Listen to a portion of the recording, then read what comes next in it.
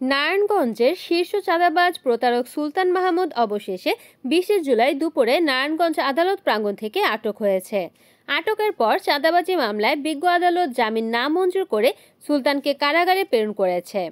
এ সময় আদালত প্রাঙ্গণে বিভিন্ন ক্ষতিগ্রস্ত ব্যক্তি ও উৎসুক জনতা সুলতানকে গণধোলাই দিলে ঘটনাস্থল থেকে দ্রুত পুলিশ হেফাজতে নেওয়া হয় তাকে। জানা যায়, সুলতান মাহমুদ নিজেকে ম্যাজিস্ট্রেট, সাংবাদিক ও প্রশাসনের ঊর্ধ্বতন কর্মকর্তা পরিচয়ে নারায়ণগঞ্জ জেলার বিভিন্ন শিল্প কলকারখানা, প্রতিষ্ঠান এবং বিভিন্ন ব্যবসায়ী সহ নানাজনকে হুমকি-ধামকি দিয়ে অবৈধ পন্থায় দীর্ঘদিন যাবৎ চাঁদাবাজি করে আসছিল।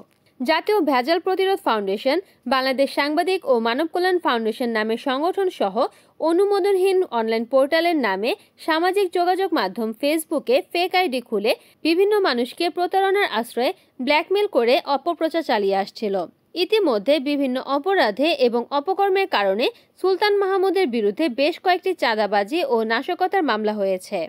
এদিকে ফতুল্লা থানার চাঁদাবাজি মামলায় নারায়ণগঞ্জ আদালত থেকে সুলতান মাহমুদ আটক হয়। পুলিশ তাকে হাতকড়া পরিয়ে নেওয়ার সময়, ছবি তোলার সময় সাংবাদিকদের আজেবাজে গালিগালাজ করে এবং দেখে নেয়ার হুমকি দেয়। বিজ্ঞ আদালত শুনানি শেষে সুলতান মাহমুদের জামিন আবেদন বাতিল করে কারাগারে পাঠানোর নির্দেশ দেন। এদিকে সুলতান মাহমুদের গ্রেফতারের খবরে সোনারগাঁয়ে সাধারণ মানুষ আনন্দ উল্লাস করে মিষ্টি বিতরণ করেছে এবং নারায়ণগঞ্জ শহরের ক্ষতিগ্রস্ত মানুষজন আনন্দ প্রকাশ করে সুলতান বাহিনীর সদস্যদের দ্রুত গ্রেফতার করার জন্য র্যাব, পুলিশ, ডিবির আশু হস্তক্ষেপ কামনা করে সুলতানের দৃষ্টান্তমূলক শাস্তির দাবি জানিয়েছে।